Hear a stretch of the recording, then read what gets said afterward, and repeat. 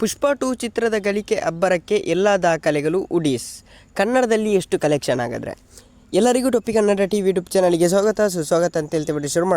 ಶುರು ಮಾಡೋಕ್ಕಿಂತ ಮೊದಲು ಯಾರೆಲ್ಲ ನಮ್ಮ ಯೂಟ್ಯೂಬ್ ಚಾನಲ್ ಮೊದಲು ನೋಡ್ತಿದ್ರಿ ಅವರೆಲ್ಲ ಸಬ್ಸ್ಕ್ರೈಬ್ ಮಾಡ್ಕೊಳ್ಳಿ, ಮತ್ತಲ್ಲೇ ಪಕ್ಕದಲ್ಲಿ ಪ್ರೆಸ್ ಮಾಡಿ.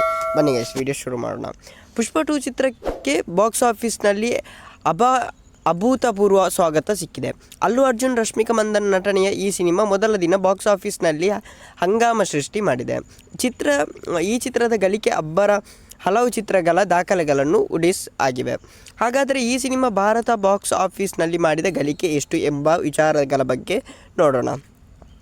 ಪುಷ್ಪ 2 ಸಿನಿಮಾ ಡಿಸೆಂಬರ್ 5ರಂದು ರಿಲೀಸ್ ಆಯಿತು, ಅಂದರೆ ನಿನ್ನೆ. ಈ ಚಿತ್ರಕ್ಕೆ ಡಿಸೆಂಬರ್ 4ರಂದು ಹಲವು ಕಡೆಗಳಿಂದ ಪ್ರೀಮಿಯರ್ ಶೋ ಇಡಲಾಗಿತ್ತು. ಇದು ತಂಡಕ್ಕೆ ಸಹಕಾರಿಯಾಗಿದೆ. ಪ್ರೀಮಿಯರ್ ಶೋಗಳಿಂದ ಚಿತ್ರಕ್ಕೆ 10 ಕೋಟಿ ರೂಪಾಯಿ ಹರಿದು ಬಂದಿತ್ತು.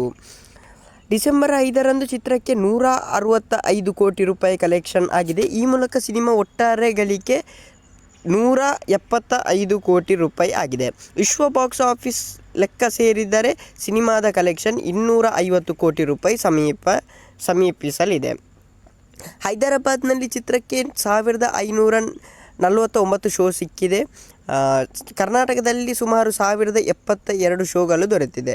ಚೆನ್ನೈನಲ್ಲಿ 244 ಶೋಗಳು ಚಿತ್ರಕ್ಕೆ ದೊರೆತಿದೆ. ಈ ಸಿನಿಮಾ ತೆಲುಗು ಮಾತ್ರವಲ್ಲದೆ ಕನ್ನಡ ವರ್ಷನ್ನಲ್ಲೂ ಲಭ್ಯವಿದೆ. ಕನ್ನಡದಲ್ಲೂ ಹಲವು ಶೋಗಳು ಚಿತ್ರಕ್ಕೆ ಸಿಕ್ಕಿದ್ದು ಇಲ್ಲಿಯೂ ಉತ್ತಮ ಗಳಿಕೆ ಆಗಿದೆ ಅಂತಲೇ ಹೇಳ್ಬೋದು.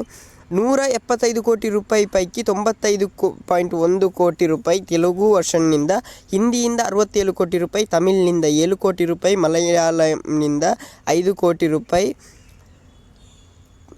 ಮತ್ತು ಕನ್ನಡ ವರ್ಷನ್ನಿಂದ 1 ಕೋಟಿ ರೂಪಾಯಿ ಸಿಕ್ಕಿದೆ ಅಂತಲೇ ಹೇಳ್ಬೋದು. ಸಿನಿಮಾ ಅಬ್ಬರ ಮುಂದಿನ ದಿನಗಳಲ್ಲೂ ಮತ್ತಷ್ಟು ಹೆಚ್ಚಾಗಲಿದೆ.